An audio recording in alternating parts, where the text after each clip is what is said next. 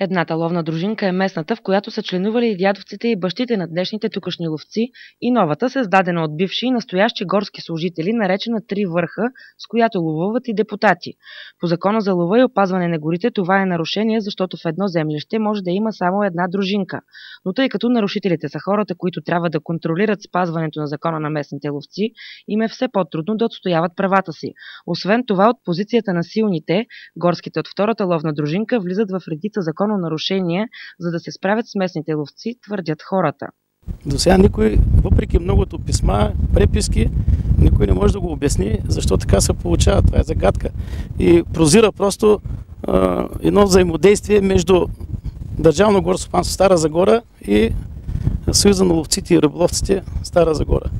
Членовете на Оряховската ловна дружинка са убедени, че върху тях се упражнява психически тормоз по всички възможни начини, за да се откажат и тяхното землище да остане само за ловната дружинка на горските. Вижда се, че има неправда. Незаконосъобразно. Някой заобикаля закона. Това се случва, защото всеки заобикаля закона в България и затова сме стигнали на това положение. Тези, които нас контролират и отиват да проверяват горната дружинка, евентуално да им контролират, трябва да контролират своя началник или своите управници. Значи това е един фарс. Сега час да се контролирам шефа, примерно, що се пие кафето по време на работно време.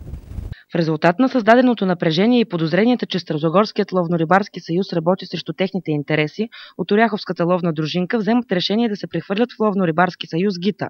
От Държавно горско стопанство Стара Загора обаче вече 2 месеца бавят необходимата за това заповед, а нейният директор Севдалина Иванова категорично отказа да застане пред нашата камера с мотива, че има забрана да дава изявление по темата.